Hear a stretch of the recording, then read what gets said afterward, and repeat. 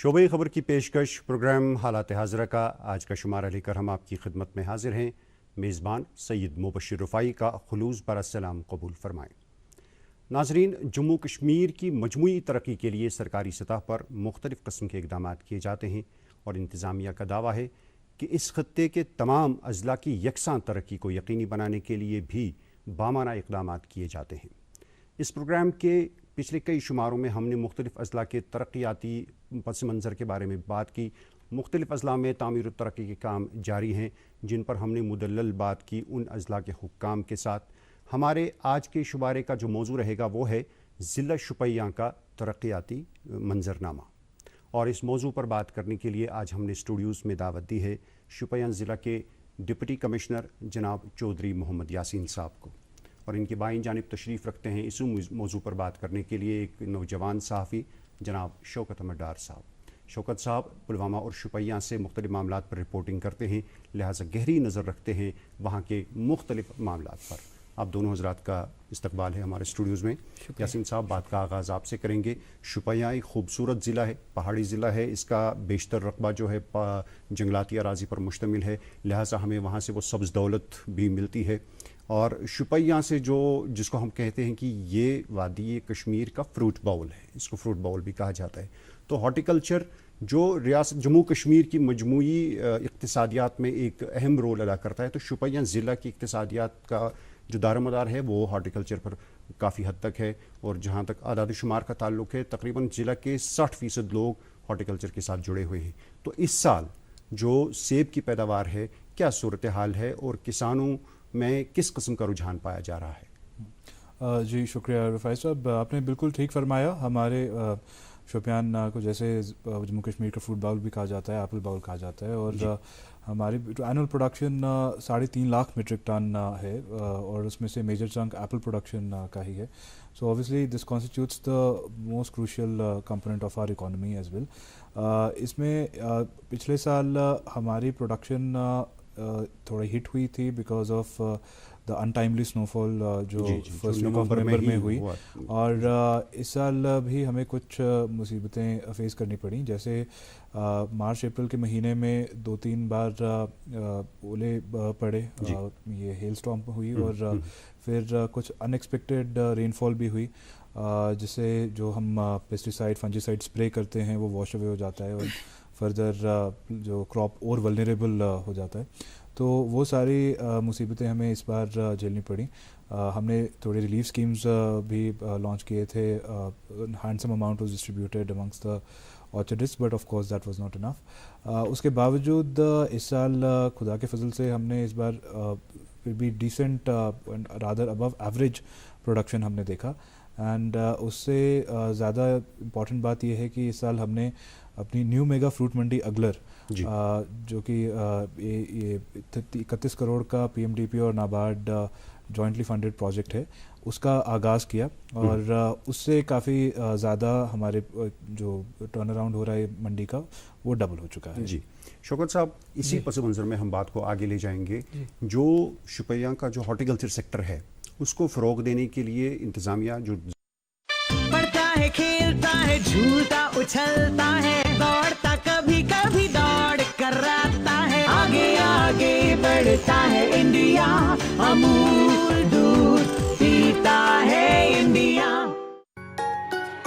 Mummy की छुटकी, daddy की गुड़िया, पल में जो भर दे खुशियों से दुनिया, खट्टी मीठी बातें, मस्ती मुलाकातें, दिल में बसी सबके इस घर की बेटियां, हर घर के हर दिल में बसा अमूल ताजा, हमेशा फ्रेश, इस घर की बेटियां।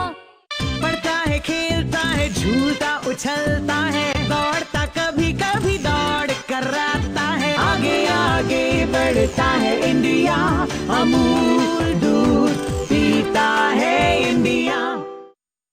जिला इंतज़ामिया है, इनका दावा है कि बहुत सारी स्कीमें अमलाई जा रही हैं, लेकिन आम लोगों से जब हमने बात की तो वो कहते हैं कि इंतज़ामिया उतनी मुतहरिक नहीं है हॉर्टिकल्चर को फ़रोग देने के लिए। जो कुछ हो रहा है वो किसान खुद कर रहे हैं या बाग मालिकान खुद कर रहे हैं। अगर वो अपना दिमाग न लगाएं तो शायद इतनी प्रोडक्शन न हो या इतना मयारी मेवा न मिले। आपका रद्द-ए-अमल जानना चाहेंगे। जी शुक्रिया। तो मैं सबसे पहले एक सहाफ़ी की हैसियत से ये कहना चाहूँगा कि जो फ्रूट जो इलाका पूरा शुपियाँ का है, साउथ कश्मीर में सबसे ज़्यादा शुपियाँ हैं, लेकिन उनकी जो इक़्तिसादियात जो है उनका उसी पे दारोमदार है, लेकिन उनकी बहुत ही बड़ी जो एक तो मांग ही और शिकायत भी है कि जो जरासीम कुछ अद्वियात हैं वो नकली आते हैं बहुत ज़्यादा, उन पे उतनी अच्छी नज़र नहीं है जितनी होनी चाहिए। तो जब वो ऐसी अद्वियात पे छिड़काव करेंगे तो जाहिर है कि नुकसान से 2-4 तो होंगे ही। नहीं, फ़ायदे के बदले में उनका नुकसान, क्योंकि वो छिड़कते इसलिए हैं ताकि उनका फ़ायदा हो जाए, मेवा जो है, फल जो है बेहतर हो, उसमें कोई भी बीमारी ना लगे। लेकिन होता ये है वो बहुत सारी अद्वियात जो है छिड़कते हैं लेकिन फ़ायदा नहीं होता। तो ये बहुत ही ज़्यादा इसमें लोगों में मैं कहूँगा गुस्सा भी है और नाराज़ भी हैं सरकार से। तो ये पूरे शुपियाँ भी नहीं है, पूरी वादी में है ये मामला है, और जहाँ जहाँ जो भी इलाका इस फसल से वाबिस्ता है उन इलाकों में ये ज़िले के बहुत सारे लोग, ज़्यादा बेशतर आबादी का बेशतर हिस्सा इसी सनत से जुड़ा है, इसी कारोबार से जुड़ा है, वो ज़्यादा मुतासिर होते हैं क्योंकि उनकी पूरी रोजी रोटी जो है इसी पे इन्हिसार करती है। तो ये एक सहाफ़ी की हैसियत से ये सवाल जो है मुझे लगता है बिल्कुल लगता है कि डीसी साहब ने नोट नहीं, उस एस्पेक्ट में मैं ये जाहिर करूँ कि मैं मानता हूँ कि हाँ, इस बार काफ़ी शिकायतें आई किसानों से कि यहाँ पे जो फंजीसाइड्स, पेस्टिसाइड्स अवेलेबल थे मार्केट में वो स्पूरियस थे, नकली थे दवाई। और हमने ये नोटिस भी किया कि हमारी actual straight from moisture production compare to the previous year figures वो कितनी हो रही है। इसमें 2 फैक्टर्स हैं। पहला तो ये कि जो पेस्टिसाइड अवेलेबिलिटी का कंट्रोल और रेगुलेशन है that is manage by the enforcement wing. हमारा यहाँ सेपरेट एक डायरेक्टर इन्फोर्समेंट होता है जो कि एग्रीकल्चर डिपार्टमेंट से ताल्लुक़ रखते हैं, और उनके आगे इन्फोर्समेंट ऑफिसर्स भी होते हैं जो हर एक कोने कोने में पेस्टिसाइड्स अवेलेबिलिटी जो है उनके सैंपल्स लेके बाकायदा यहाँ जो हमारी सेंट्रल लैब है उधर टेस्ट करते हैं, और फर्दर जो रिजल्ट्स होते हैं वो पब्लिश भी किए जाते हैं पब्लिक के लिए। दूसरा ये भी मसला है कि पेस्टिसाइड्स एक्ट के तहत इसके प्राइस कंट्रोल पे कोई मतलब हमें एक्सटेंशन नहीं है इंतज़ामिया को, क्योंकि इसमें कोई डेजिग्नेटेड अथॉरिटी नहीं है। क्वालिटी तो एक इशू है, बट मैं ये खुद कहता हूँ कि आज की तारीख में जो MRP प्रिंटेड होता है पेस्टिसाइड के पैकेट के ऊपर, that is almost 2 to 3 times और maybe even 4 times its actual worth. So उससे लोगों को उसमें नेगोशिएशन भी होती है, और क्या मतलब जिसको बेचने वाले को बहुत ह्यूज मार्जिन मिल जाता है अपनी प्राइस इन्फ्लेट करने का, और लोगों के लिए वो इनपुट कॉस्ट बहुत ज़्यादा होती है देन इट्स एक्चुअल वर्थ। दूसरा यहाँ पे जो स्टॉकिस्ट्स हैं, डीलर्स हैं, जो वेयर हाउसेज या बड़े बड़े गोडाउंस में अपना माल रखते हैं, उन्हीं की ही सैम्पलिंग वगैरह थोड़ा मतलब स्ट्रीमलाइन हो जाती है, पर बहुत ऐसा भी माल है जो बाकी अलग अलग ज़रियों से फील्ड में आ रहा है, वो डायरेक्टली डीलर्स उसे बेच रहे हैं, जिसे ये इन्फोर्समेंट डायरेक्टरेट चेक नहीं कर पाता है। जी यासीन साहब, कीमतों की बात अपनी जगह पे, पेस्टिसाइड्स या दीगर जो जरासीम कुछ अद्वियात हैं उनकी कीमतें अपनी जगह पे, उस पर तो चलिए कार्रवाई होगी। लेकिन जैसे शौकत साहब ने ये नुकता उबारा कि स्पूरियस ड्रग्स जो हैं, स्पूरियस पेस्टिसाइड्स जो हैं वो मार्केट में अवेलेबल हैं और किसान उसका इस्तेमाल करते हैं। लेकिन हमने देखा है इंतज़ामी सतह पर जब आप कार्रवाई करते हैं तो ज़्यादा से ज़्यादा क्या होता है कि आप एक सैंपल लेके जाते हैं, लेबॉर्ट्री में टेस्ट होता है और फिर लोगों से कहा जाता है कि ये बैच नंबर वाला दवाई इस्तेमाल करें। लेकिन जो वो बेच रहा है उसके खिलाफ कोई ठोस कार्रवाई क्यों नहीं होती है कि ताकि वो दोबारा या कोई और डीलर ऐसी कोई हरकत न करे? जी बिल्कुल, देखिए ये जैसे हमने कहा कि हज़ारों डीलर्स रहते हैं एक आध डिस्ट्रिक्ट में, और उन सबके सैंपल्स चेक करना उस हद तक मुमकिन भी नहीं होता। तो ऑब्वियसली देयर इज़ स्कोप की इन्फ्लक्स होगा कहीं ना कहीं पूरे पेस्टिसाइड्स का, और इसमें बाकायदा जितना हमसे कंट्रोल हो सका हमने 75 सैंपल्स इसी महीने में उठाए इन रिस्पांस टू जैसे हमें शिकायतें आती रही। पर इसमें जब तक वो क्लियरेंस हमें मिल जाती है तब तक वक्त भी बहुत निकल जाता है। ये एक डिपार्टमेंट के लिए मतलब सोचने का मसला है ये, क्योंकि हम सैंपल उठाते हैं से अगर जब इनपुट सीज़न है मार्च अप्रैल में, स्प्रे सीज़न है, उसका रिजल्ट तकरीबन आते आते 3 महीने लग जाते हैं।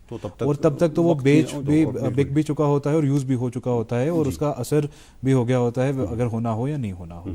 तो इसमें जो कंसर्न डिपार्टमेंट्स को हाँ थोड़ा ज़्यादा ज़रूरी काम करने की ज़रूरत है, और उससे ज़्यादा मैं सोचता हूँ कि यहाँ पॉइंट कंट्रोल एंट्री अगर हो सके तो उस पर फॉर इंस्टेंस अगर लखनपुर में ही स्टॉकिंग और चेकिंग हो सके। आपने शौकत साहब ये नुकता उबारा स्पूरियस ड्रग्स का, आपको क्या लगता है एक सहाफ़ी की हैसियत से कि क्या करना चाहिए इंतज़ामिया को ताकि ये दवाई जो बाज़ार में ना आए, और अगर आए भी और जैसे डीसी साहब ने फरमाया कि फिर उसके बाद 3-4 महीने में रिजल्ट आता है तो तब तक तो वक्त निकल जाता है, क्या करना चाहिए इंतज़ामिया? मैं आपको बताऊं कि जैसे गवर्नमेंट की जानिब से ये मार्केट इंटरवेंशन स्कीम का मुतारिफ की गई है। जो भी होता है, जो भी फ्रूट भी फल बिकते हैं या फ़रोख्त को होते हैं या इनकी खरीद फ़रोख्त होती है, वो सरकार की नज़र के सामने होती है। तो अगर जो जरासीम कुछ अद्वियात हैं, अगर उनका भी इसी तरह से निज़ाम चलता, जैसे जितने भी ये सेलर्स हैं, जिनके फ़रोख्त करने वाले लोग हैं, डीलर्स हैं, उनकी भी ट्रेनिंग बाज़ाब्ता तौर से अब की बार डिस्ट्रिक्ट इंतज़ामिया शुपियान ने की है। लेकिन अगर ये अद्वियात को भी इसी तरह से नज़रों के सामने से गुजारा जाए तो बेहतर, बहुत बेहतर होगा, क्योंकि कोई भी दवाई जो है गलत आपके सामने एक ज़मींदार के सामने नहीं आएगी। मुझे लगता है कि इसमें एक बामाने पॉलिसी बनाने की ज़रूरत है, एक ठोस पॉलिसी बनाने की ज़रूरत है जिसका नतीजा आ जाए। ऐसा ना हो कि फिर जी 3 महीने गुजर गए, अब ये फिर इंतज़ामिया भी अपने हाथ इसमें एक आखिरी पॉइंट मैं ये ऐड करना चाहूँगा कि इस बार की जो हमारी ये स्कैबिंग हुई है उसका एक मेजर रीज़न बिकॉज जो हमने डिलिब्रेशंस और कंसल्टेशन की अपने टेक्निकल ऑफिसर से, सब्जेक्ट मैटर स्पेशलिस्ट जो हैं हॉर्टिकल्चर डिपार्टमेंट के, उनसे जो ये 2-3 बार अनएक्सपेक्टेड रेनफॉल हुई इनिशियल इनपुट सीज़न के दौरान, उससे उसमें बेसिकली लोगों को हिदायत दी जाती है और ये बाकायदा एडवाइजरीज जारी की जाती हैं हर रेनफॉल के बाद कि आप इस वक्त के दौरान इस विंडो में इमीडिएटली रीस्प्रे करें। पर ये हर बार लोग भूल जाते हैं। ये मतलब जिस भी साल में अनएक्सपेक्टेड रेनफॉल होती है और जो स्प्रे किया हुआ मतलब धुल जाता है, उसे वापस स्प्रे करने में लोग थोड़ी लेजीनेस दिखाते हैं, उससे एक्चुअली वो जो ऑनसेट हो जाता है स्कैब का, वो फिर कंट्रोल नहीं हो पाता। तो that is also a factor. But हाँ, पूरे पेस्टिसाइड्स का incidence has to be looked up. माफ़ी चाहूँगा, एक पॉइंट में ऐड करना चाहूँगा। अभी जो एडवर्टीजमेंट बहुत ज़्यादा होती हैं अखबारात में, टीवी चैनल्स पे या सोशल मीडिया पे, तो मेरे ख्याल में इंतज़ामिया की जानिब से उन एडवर्टीजमेंट पे पाबंदी आयद करनी चाहिए जो बिना, जिसको टेस्ट नहीं किया गया है या जिसको नजरों के सामने से नहीं लिया गया है, तो रेगुलेट करना चाहिए जो भी लोगों में। मैंने, क्योंकि मैं एक खुद ज़मींदार हूँ, जब मैं खुद एक ज़मींदार हूँ, जब मैं कोई ऐड देखता हूँ सोशल मीडिया पे या टीवी या अखबारात में, तो मैं बिना सोचे बिना समझे वो घर लाता हूँ, इस्तेमाल करता हूँ। लेकिन ऐसा अगर ये महकमे की जानिब से इस पर कोई कार्रवाई होती तो बेहतर होता। बिल्कुल। यासीन साहब, 3.5 लाख मीट्रिक टन सालाना पैदावार होती है फ्रूट की ज़िला शुपिया में, तो इस चीज़ के लिए आपने फरमाया कि अगलर में एक मंडी, तो इस वक्त क्या सूरत हाल है? क्योंकि शुपिया ज़िला के फ्रूट सेलर्स जो हैं या बाग मालिकान हैं जो भी इस तिजारत के साथ जुड़े हैं, उनको पहले पुलवामा आना पड़ता था, पुलवामा मंडी में। अब शुपिया में जो अगलर में ये मंडी कायम की जा रही है, तो इसकी पोजीशन, प्रेजेंट पोजीशन, मौजूदा सूरत हाल क्या है? क्या वो शुरू हो गई है और क्या किसान उसे इस्तेफादा कर रहे हैं? जी बिल्कुल। हमारी एक एग्जिस्टिंग मंडी थी, पुरानी मंडी जो अढ़ामा में चलती थी, पर वो तकरीबन सिर्फ 30 कनाल के एरिया में थी और उसमें बहुत कंजेशन और ट्रैफिक जैम्स वगैरह लगते थे और उसको अवॉइड करने के लिए जो किसान अपना स्टॉक लाता भी नहीं था और अपने इलाके में ही शॉर्ट सेल कर देता था एक आड़ती को। तो हमने जब से ये कदम उठाया, इनफैक्ट ये हमने पिछले साल ही उठा दिया था, बट पिछले साल सिर्फ नाफेड की जो MIS प्रोक्योरमेंट हुई थी वही उधर चली, पर इस साल पूरा फुल फ्लेज्ड मंडी का ऑपरेशंस हमने नई मंडी जो अगलर में है उसे चलाया। जैसे मैंने कहा, ये 31 करोड़ का प्रोजेक्ट है, jointly funded between NABARD and PMDP। In fact 3 phases उसके नाबार्ड से ही फंडेड हैं, पर इसमें अभी सिर्फ 50 to 60% काम ही हुआ है। पर क्योंकि अर्जेंसी इतनी थी तो हमने इसी साल इसको ऑपरेशनलाइज किया और जो भी ज़रूरतें थी वहाँ पे बिजली पानी की, पढ़ता है, खेलता है, झूलता उछलता है, दौड़ता कभी कभी दौड़ कराता है, आगे आगे बढ़ता है इंडिया, अमूल दूध पीता है इंडिया। वो हमने डिस्ट्रिक्ट एडमिनिस्ट्रेशन ने अपने लेवल पे ही उसे कंप्लीट करके शुरू किया। अब इसका एक बहुत मेजर इम्पैक्ट ये हुआ है क्योंकि वहाँ तकरीबन 300 से 400 कनाल के करीब में ये मंडी फैली हुई है और इस वास्ट एरिया में बहुत ज़्यादा ग्रोअर्स आराम से आके वो देख सकते हैं कि अलग अलग खरीदार क्या क्या रेट दे रहे हैं और सबको इस साल पिछले साल के मुताबिक 50% एक्स्ट्रा बेटर रेट मिला है। और इससे ये भी हमारा फ़ायदा हुआ है कि पहले क्योंकि शोपियान का प्रोड्यूस जो बहुत बेटर क्वालिटी का माना जाता है कंपेयर टू अदर रीजन्स, हमें पहले भी पुलवामा और अनंतनाग के जैसे नेबरिंग ज़िलों से माल आता था, कुलगाम वगैरह से, बट इस बार मतलब क्योंकि जगह इतनी है तो हमें में सोपोर और बांडीपुरा से भी माल आ रहा है और वहाँ के किसानों को भी शोपियान के रेट्स का फ़ायदा मिल रहा है एक तरीके से। तो ये एक बहुत खुशाइंद बात है। तो MIS जो है मार्केट इंटरवेंशन स्कीम वो अभी इस साल जो है वो एक्सटेंड हो गई है, तो किसान उससे भी फ़ायदा ले रहे हैं। लेकिन शौकत साहब, उस पस मंज़र में मैं आपसे ये जानना चाहूँगा कि बहुत सारे किसानों का ये कहना है कि ये जो MIS है ये एक बहुत ही टीडियस प्रोसेस है। गवर्नमेंट की तरफ से इसमें जो शराइत रखे गए हैं वो बहुत ही डिफ़िकल्ट हैं। कहीं आप 100 डब्बे 100 पेटियाँ लेकर जाएं तो वो फिर खोलते हैं, उनको अनबॉक्स करते हैं, उनकी क्वालिटी चेक करते हैं, उनका कलर चेक करते हैं। तो इसमें आसानी पैदा की जानी चाहिए ताकि ज़्यादा से ज़्यादा फ्रूट ग्रोवर्स इससे इस्तेफादा कर सकें। तो आपने कई किसानों से बात की होगी इस बारे में, तो क्या रद्द अमल रहा और क्या कहना है आपका कि क्या ये वाकई टीडियस प्रोसेस है? जी, मैं आपको बताऊं, गुज़िश्ता बरस से ये शुरू हुई है। गुज़िश्ता बरस जब पहले इसमें काम शुरू हुआ था तो जब हमने वहाँ पे फ्रूट मालिकान जो हैं, ज़मींदार हैं, उन्होंने कहा था कि एक टेढ़ी खीर है, ये एक मुश्किल थोड़ा सा काम उनके लिए है क्योंकि कुछ मराहिल से गुजरना पड़ता है। और वैसे और इसके बरक्स जो वो करते थे वो डायरेक्टली अपने कोई भी जिसे वो ख़रीद या फ़रोख्त करते थे, तो अब थोड़ा सा मुश्किल हो गया है। हालांकि ये सेफ़ है, उनके लिए सेफ़ है कि उनको पता है कि वो किस तरह इस तरीके से अपना माल फ़रोख्त करते हैं और इसमें कोई गलत नहीं होगा या उनकी रेट जो है बराबर आएगी। लेकिन एक अहम नुक्ता मैं यहाँ पे उभरना चाहूँगा, वो ये है कि उनकी शिकायत है, उनकी ये शिकायत है कि गुज़िश्ता बरस के जो उन्होंने ये मार्केट इंटरवेंशन स्कीम के ज़रिए जो गुज़िश्ता बरस अपना माल भेजा था तो उन कुछ के पैसे अभी तक नहीं मिले। तो उम्मीद मुझे लगता है कि डी साहब इसमें मजीद कह सकते हैं। मैं इसमें क्लियरली और कॉन्फिडेंटली बता दूं कि पिछले साल के सारे ग्रोअर्स जिन्होंने मार्केट इंटरवेंशन स्कीम के में अपना माल डाला था, बेचा था, उन सबकी पेमेंट्स हो चुकी हैं। बाकी जिलों में शायद कुछ लेफ्ट आउट होंगे, पर जो बाकी पॉइंट्स आपने रेज किए, हाँ, शोपियां में 100% रिसीव हुई है। इनफैक्ट शोपियां के ग्रोअर्स को टोटल 42 करोड़ की पेमेंट गई है। और इसमें पिछले साल क्योंकि पायलट लॉन्च था ये, और पहली दफ़ा फ्रूट में कोई मिनिमम सपोर्ट प्राइस लॉन्च की गई थी for the first time in the country.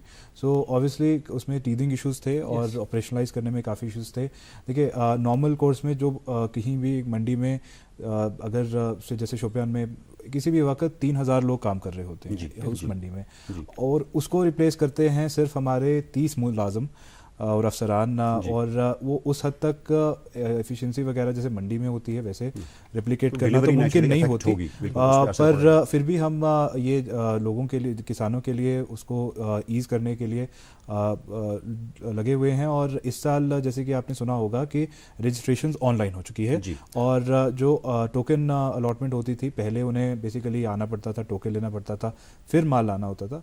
अब वो भी ऑनलाइन इशू होगा और उसमें बाकायदा डेट वगैरह इशू की जाएगी। ग्रेडिंग की आपने बात की कि उसमें पूरा माल खोलना पड़ता है। अब देखिए, हमारी एक बदकिस्मती है कि इधर इतनी ग्रेडिंग लाइंस नहीं है, तो ऑब्वियसली जो भी माल ला रहा है वो किसी सर्टिफाइड ग्रेडिंग लाइन से सॉर्ट होके और पैक होके नहीं आया है जिसे हम आंख बंद करके ले लें। और इसीलिए जो रूल रखा गया था पिछली बार भी और इस बार भी कि कुछ हद तक 5 to 10% पेटीज हमें एट रैंडम खोल के चेक करनी पड़ेंगी। और ये ज़रूरी भी है क्योंकि पिछली बार जो भी माल प्रोक्योर हुआ, चाहे हमने 5% 10% चेक करके आगे भेजा, उसके बाद भी जब आज़ादपुर में या बाकी और रिसीविंग मंडियों में गया तो वहाँ पे उसकी ओवरऑल क्वालिटी में थोड़ा फ़र्क किया गया। तो ये चीज़ें चेक करने लायक हैं, but obviously can be worked over. बहरहाल, जिस तरह हम ये कहते हैं कि हॉर्टिकल्चर ज़िले शुपियां की इक्तिसादियात के लिए बहुत ही अहम है, अगर जम्मू कश्मीर के लिए भी हॉर्टिकल्चर, लेकिन ये ज़िला जो है जहाँ हम कहते रहे कि बहुत सारी आबादी का बेशतर हिस्सा इसके साथ जुड़ा है, इसको मज़ीद फ़रोग़ देने के लिए इंतज़ामिया ने किस किस्म के इक़दाम करने का फ़ैसला किया है? हॉर्टिकल्चर के लिए स्पेसिफिकली अगर आप कहें तो ऑब्वियसली ये दो अलग अलग डिपार्टमेंट्स इसमें कंसर्न हैं, एक हॉर्टिकल्चर और हॉर्टिकल्चर मार्केटिंग का। और जो हॉर्टिकल्चर डिपार्टमेंट है वो वाहिद अपने जो इनपुट्स और बाकी ग्रोइंग पीरियड के दौरान के इंटरवेंशंस डिज़ाइन करता है थ्रू वेरियस स्कीम्स। यहाँ पे MIDH आपने सुना होगा, और भी मुख्तलिफ़ किस्म के प्रोग्राम्स और स्कीम्स हैं जिसमें सारे जो इनपुट्स हैं इनको, चाहे वो प्लांट्स हों या टूल्स हों, इक्विपमेंट हो, मैकेनाइज्ड इक्विपमेंट हो, इन सब में सब्सिडाइज्ड ये ऑफर्स मिलती हैं फॉर वेरियस ग्रोअर्स। और इनफैक्ट हमारे ज़िला में 38,000 एक्टिव ग्रोअर्स रजिस्टर्ड जो हैं, उनमें से तकरीबन 27,000 इन स्कीमों का फ़ायदा भी उठाते हैं। बहरहाल मुझे लगता है कि इसमें मज़ीद जो इसको हॉर्टिकल्चर सेक्टर को है, ज़िला शुपियाँ में ख़ुसूसन इसको मज़ीद सहीनसी और जदीद खतूत पर उस्तवार करने की ज़रूरत है, इक़दाम करने की ज़रूरत है। ज़िला शुपियाँ के बहुत सारे मामलात हैं, बहुत सारे मसाइल हैं, लोगों को दरपेश हैं। अभी सामने सर्दियाँ तो शुरू हो गई हैं, सर्दियाँ आने वाली हैं, अभी बर्फ़बारी होगी, तो जो आम हमारा मसला रहता है वो है बिजली का। तो शुपियाँ के कई इलाकों से लोगों ने हमें बताया है कि बिजली नहीं रहती है, इस वक्त भी शेड्यूल कुछ है ही नहीं, कब आनी है कब जानी है, क्या शेड्यूल है। तो अब जब सामने चिले कलान भी आएगा तो क्या सूरत हाल रहेगी और बिजली की क्या सूरत हाल है ज़िला शुपियाँ में? जी, पहले मैं बता दूं कि जो इस दौरान का अभी ये शटडाउन चल रहा है, that is a designated scheduled shutdown because काफ़ी अर्जेंट रिपेयर वर्क्स और ऑगमेंटेशन वर्क्स चल रहे हैं इन व्यू ऑफ जो लसीपुरा ग्रिड की कैपेसिटी इंक्रीज़ हो रही है। आपने सुना होगा 15 मेगावाट, और अभी बाकी आपने जैसे ये जानते हैं कि मीर बाज़ार से जो लाइन आ रही है उसको भी कमीशन किया गया। तो उस सब को आगे आने वाले सीज़न में ही इनकॉर्पोरेट, उन सब के बेनिफिट्स इनकॉर्पोरेट करने के लिए ही जो हमारी रिसीविंग और ट्रांसमिशन इंफ्रास्ट्रक्चर में तब्दीलियाँ जो ज़रूरी थी, रिपेयर वर्क्स जो ज़रूरी थे, उसी के लिए ये अभी शटडाउन चल रहे हैं। पर मैं इस प्रोग्राम के मीडियम से जो शोपियान के अवाम यहाँ सुन रही है उन्हें मैं ये तसल्ली देना चाहूँगा कि इस साल का इलेक्ट्रिसिटी सिनारियो पिछले सालों से बिल्कुल बेटर रहेगा बिकॉज ऑफ 2 रीजंस, और मैं क्लियरली बता दूं। आपने सुना होगा, हम जानते भी हैं कि 2 नए रिसीविंग स्टेशन हमने इस साल कमीशन किए, 10 MVA अढ़ामा जो कि बिल्कुल हमारे ये टाउन के साथ में ही है, और 6.3 MVA केलर जो कि हमारे बिल्कुल ही पहाड़ी और रिमोट तहसील है, और उसमें सबसे ज़्यादा हमें कट ऑफ की प्रॉब्लम रहती थी, कनेक्टिविटी की भी और बिजली की सप्लाई की भी। तो ये इन दोनों रिसीविंग स्टेशंस के कमीशनिंग से बहुत ही सिग्निफिकेंट इम्पैक्ट पड़ेगा। दूसरा, लसीपुरा ग्रिड की जब 15 मेगावाट एडिशन होगी उसमें शोपियान और पुलवामा ज़िला दोनों बेनिफिट होंगे, but Shopian specifically will receive up to 7 megawatts out of that. और उसमें जो हमारे जो नॉर्दर्न एरियाज़ के रिसीविंग स्टेशंस हैं, पर्टिकुलरली रेशीपुरा और चित्रागाम, और हमारा जो ये लंदूरा रिसीविंग स्टेशन है, इन पे असर पड़ेगा। स्पेसिफिकली मैं लंदूरा के लिए कहूँ कि लोगों की काफ़ी शिकायतें उसके रिलेटेड रहती हैं, और वो इसलिए रहती हैं क्योंकि उसकी जो लाइन है वो काफ़ी वीक पोल्स पे खड़ी थी और हर बार बर्फबारी में कट जाती थी। मैं ये भी बता दूं कि उसके रिकंडक्टरिंग, upgradation of the conductor as well as replacement of poles is going on as we speak, and इंशाल्लाह आने वाले बर्फबारी से पहले ही हम उसको मुकम्मल करेंगे। जी, उम्मीद करेंगे कि बिजली का जो मंजरनामा है, सूरत हाल है, वो इम्प्रूव होगी। लेकिन शौकत साहब, मैं आपसे यही जानना चाहूँगा कि मैंने कई लोगों से बात की है वहाँ पे, बिजली को इम्प्रूव करना, 17 MVA ऐड हो रहा है, तो ये मुझे लगता है कि काफ़ी है, बहुत सूरत हाल बेहतर होगी काफ़ी हद तक। लेकिन लोगों का ये कहना है कि जो बिजली का बुनियादी ढांचा है, इंफ्रास्ट्रक्चर जो है वो काफ़ी पोर है। जो तरसीली लाइनें हैं, ट्रांसमिशन लाइन्स, वो पोल्स पे नहीं पेड़ों पे लटकती रहती हैं, और जो ट्रांसफार्मर हैं वो सफिशेंट नहीं है। हर 10 दिन 5 दिन के बाद ट्रांसफार्मर जल जाते हैं, उसके बाद जब उनको रिपेयर के लिए ले जाया जाता है तो महीनों वापस नहीं आते हैं। तो इस सूरत हाल पे इसमें दो तीन चीज़ें अवामिल शामिल हैं। वो ये हैं कि पहले मैं आपको बताऊं कि जो देही इलाके हैं, जितने भी देहात हैं शोपियां ज़िला में, उनमें से मेरे ख्याल में ज़्यादातर लोगों की आबादी ऐसी है जो गलत तरीके से बिजली का इस्तेमाल करते हैं। यानी ऐसा कोई घर नहीं है जहाँ पे कम से कम 1 हीटर या 2 हीटर जो हैं, जो असल में गर्मी के लिए थे, अब इसमें पकाने के लिए इस्तेमाल किए जाते हैं और वो इलीगली इस्तेमाल किए जाते हैं। नतीजा ये होता है कि अगर कोई ट्रांसफार्मर, उसकी कैपेसिटी 10 या 15 घरों तक होती है तो उसको 25 से ज़्यादा 40 उस पर होते हैं, और ओवरलोडिंग जब भी हो, ओवरलोडिंग बहुत ज़्यादा होती है, ट्रांसफार्मर खराब हो ही जाएगा, क्योंकि हम पूरे हर एक इलाके में घूमते हैं, देखते हैं। शौकत साहब, उसमें लोगों की मजबूरी भी है, सर्दियाँ हैं, उनको गर्म पानी चाहिए, उनको हीटिंग का सिस्टम चाहिए, तो क्या करेंगे? तो ये है कि अब गवर्नमेंट की जानिब से हमने सुना था कि अब हर एक 25 घरों के लिए अलग अलग ट्रांसफार्मर नस्ब किए जाएंगे, तो उससे जो है फैसिलिटी जो है मजीद प्रोवाइड होगी। हाँ, लेकिन आपने जो बात कही कि पेड़ों पे कई तारें जो है, तरसीली तारें पढ़ता है, खेलता है, झूलता उछलता है, दौड़ता कभी कभी दौड़ कराता है, आगे आगे बढ़ता है इंडिया, अमूल दूध पीता है इंडिया। मम्मी की छुटकी, डैडी की गुड़िया, पल में जो भर दे खुशियों से दुनिया, खट्टी मीठी बात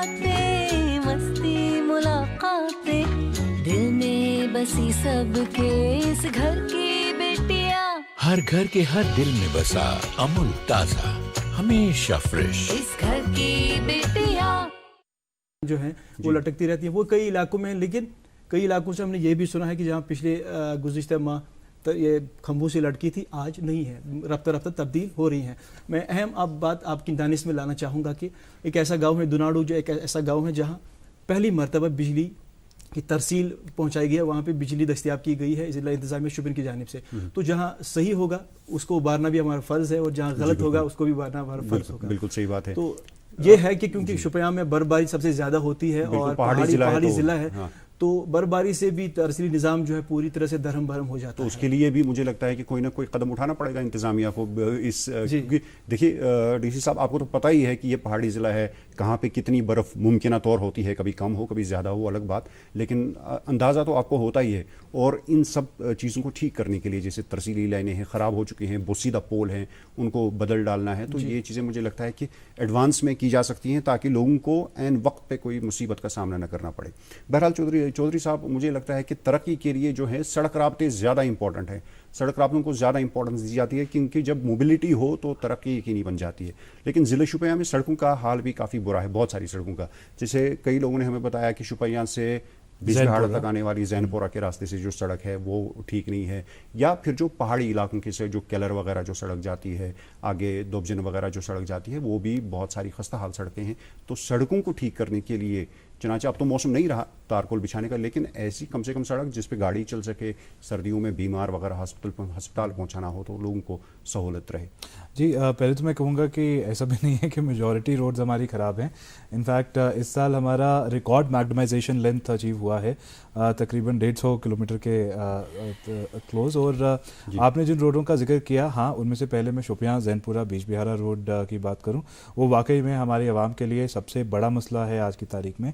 पर अनफॉर्चुनेटली वो एक multi crore CRF funded project है जिसमें कुछ स्ट्रक्चरल प्रॉब्लम्स आ गई हैं, कंट्रैक्टर्स की बॉयकॉट हो चुकी है बिकॉज ऑफ पेंडिंग पेमेंट्स, और उस वजह से काम नहीं टेकअप हो रहा था। इसमें बाकायदा मैंने कंसर्न्ड कमिश्नर सेक्रेटरीज और चीफ इंजीनियर्स को बार बार इसमें पुश किया है, और हमें अब उसका एक मैं आपको बता दूं मेन मसला था कि नीचे PHA की पुरानी पाइप्स थी जो शिफ्ट होनी थी, और वो हमने मुकम्मल भी करवाई, वो शिफ्टिंग मुकम्मल करवाई, और उसका सरफेस भी हमने बंद करवाया जो कि काफ़ी सालों से नहीं हो पा रहा था। और आज की तारीख में उसका ग्रेड 1 ग्रेड 2 का काम चल रहा है।